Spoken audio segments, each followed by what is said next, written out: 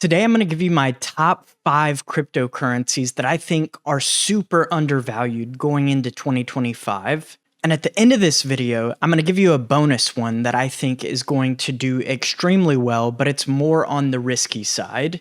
The criteria that I chose for all 5 of these was how well the team is marketing the product, what they're building, so the technology behind it, and how much the community is responding to both of the first 2 items. My top 5 in no particular order is AAVE, Avalanche, Cardano, Chainlink, and Tezos.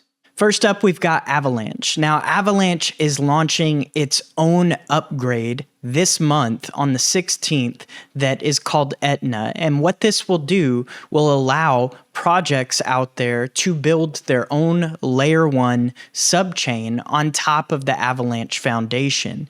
And what this does is allows a community of layer 1 blockchains that communicate with one another, interoperability that is going to basically create a new generation of blockchains. With that, there has been a lot of buzz on the gaming sector. There's been a lot of buzz in real-world assets being tokenized on top of these L1s that are being built.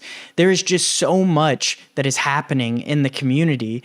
And if you go on Twitter right now, if you're in crypto, you've seen a ton of hype around Avalanche in the past few days. In fact, to speak on some of the marketing, they're doing a lot of guerrilla marketing right now, a lot of rage baiting on Twitter right now. I don't know if you heard about the Choose Rich Nick thing that happened on the yacht at the event going on in Miami this weekend, but it was a really funny ordeal that a lot of people played into on Twitter, and it's blown up way bigger than I thought it would.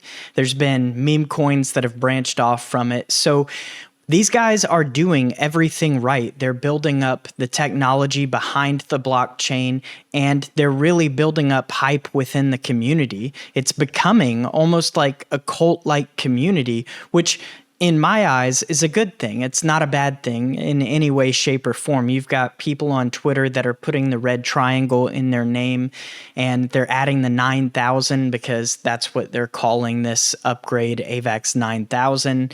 And it's just a lot of great things coming from this foundation, which is why I put them in my top 5. Next up, love him or hate him, Charles Hoskinson is a very well-established figure in the crypto community, and he heads up Cardano, which is why Cardano is on this list. That, along with the fact that the Hydra upgrade that is launching this month has proven to be a huge technological breakthrough. Cardano's Hydra shatters 1 million transactions per second during Virtual Doom tournament. This is a massive deal, guys. They're doing more than Visa can compute per second, which is just phenomenal. So what this tells me is that all of the hype that has been generated for the Cardano community since 2018, leading up to this, has been true hype because they understood that the technology would eventually catch up, and it has. On top of that, you've got the most decentralized network as far as I'm concerned. Cardano seems like a no-brainer on this list. It is one of the best proof-of-stake networks in crypto, and because of that, it made it onto my top 5 list. Next up, we've got Tezos, which doesn't really need an introduction on my channel. I've talked about Tezos a lot in the past, but they are doing some really phenomenal things. They are also branching into real-world assets on chain. They are the first blockchain to host uranium sales on the chain, which I think is incredibly fascinating. But that's not all they're doing. They also are breaking into gaming. They are sponsoring one of the biggest teams in Counter-Strike right now. They are in Formula One racing. They are doing so many things to market their product while also being one of the best technologically sound blockchains out there because of the democratic approach that they took to building the blockchain. Bakers or validators, whatever you want to call them on Tezos, have had the opportunity to vote on proposals to upgrade the network. And in doing so, you've had a lot of community built around that aspect, which is why Tezos has to be on my list. This is one of the most undervalued cryptocurrencies as far as I'm concerned. Okay, it's number 90 right now out of the top 100 on CoinGecko, and its previous all-time high was $9.12. So if this goes back to its previous all-time high, we're looking at almost a 5x here. Maybe a 5x. If it goes higher than that, then we're looking at potentially a 10x. You know, I think that this is definitely one of the best on my list as far as potential valuations go. Next up, we have AAVE, which is obviously the largest lending platform in crypto. They have built their name around that, and they are the go-to lending platform as far as most chains are concerned. Definitely by far on Ethereum. So with that being said, let's take a look at some stats here on DeFi Llama and why I picked this for my top 5. Currently, the price of the token is $282. But if you look at the previous all-time high, we're looking at $661 back in 2021. The thing about it, though, if you look at where we're at currently, the TVL is now higher than ever. The fees that they are collecting higher than ever. But yet, the token price is still lower than what we've seen at its all-time high. I think eventually in this cycle, we're going to see it catch up and in a big way.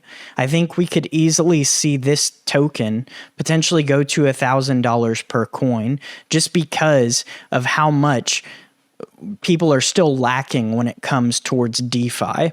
But again, it's the number one in the business, and I think it's going to continue being the number one in the business, which is why I think that this token is very undervalued right now. Next up on my list, Chainlink. This one probably doesn't need an introduction at all, but I'm going to give it anyways. Chainlink is an Oracle service. They have a verifiable random generator service. They are basically linking all kinds of chains together as well. They are doing so much behind the scenes that many people don't even realize how many applications are built using Chainlink because it makes it such a seamless transaction whenever you go to use a decentralized application that's using Chainlink. And because of that reason, I think a lot of people don't recognize just how much it's being utilized. So the price is suffering for that. But the thing is as more builders come and use this token, more and more of it's going to get burned or utilized in the process. And the price of this is going to eventually catch up. So its previous all-time high was $52, which is roughly a 2x from where we're currently at.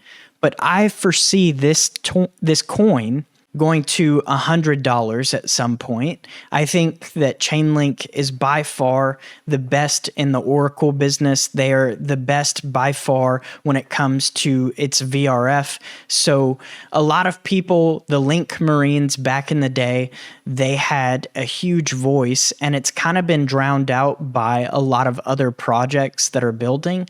But the builders in this space know that Chainlink is one of the best in the business by far.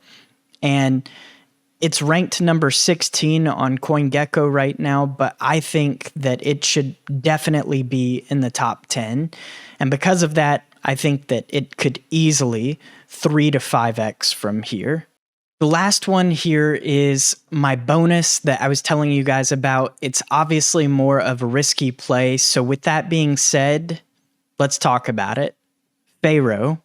Pharaoh is a decentralized exchange on the Avalanche blockchain, but you might look at the price and say, whoa, that's really high, and it shot up recently in the past month.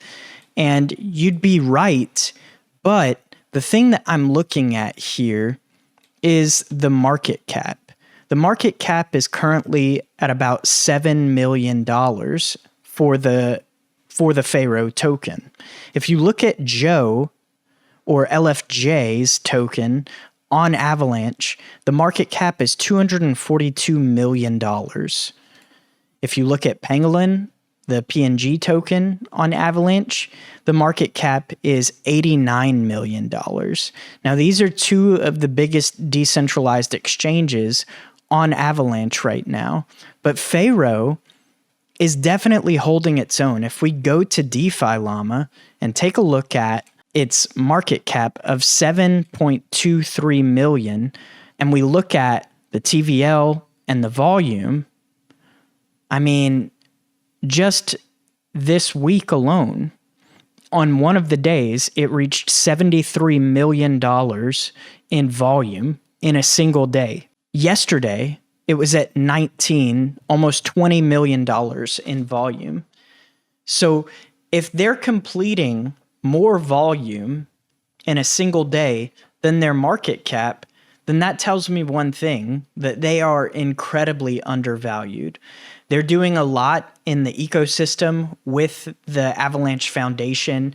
They're doing a lot of great marketing, and a lot of influencers are finally starting to talk about this exchange. But this has kind of been a little secret in the AVAX community for a lot of people. They've been making a lot of money on this exchange through staking and adding to the liquidity pool. So with all that being said, I think that this is one of those plays that can't be passed up as far as I'm concerned when it comes to my top picks going into 2025. Now, with all that being said, please understand that nothing that I talked about today should be misconstrued as financial advice, as I'm not a financial advisor. But what I will say is that all of these that I've mentioned are currently in my portfolio for good reasons that I've listed off. And obviously, I can't talk about every little detail of all of these cryptocurrencies. That would take forever. But the things that I highlighted today are why, specifically, I think these are incredibly undervalued cryptocurrencies at this time. If you enjoyed this video, please be sure to hit that like button. And if you haven't already subscribed, do me that solid and hit that sub button. That's going to be it for today, though. Capital Recon out.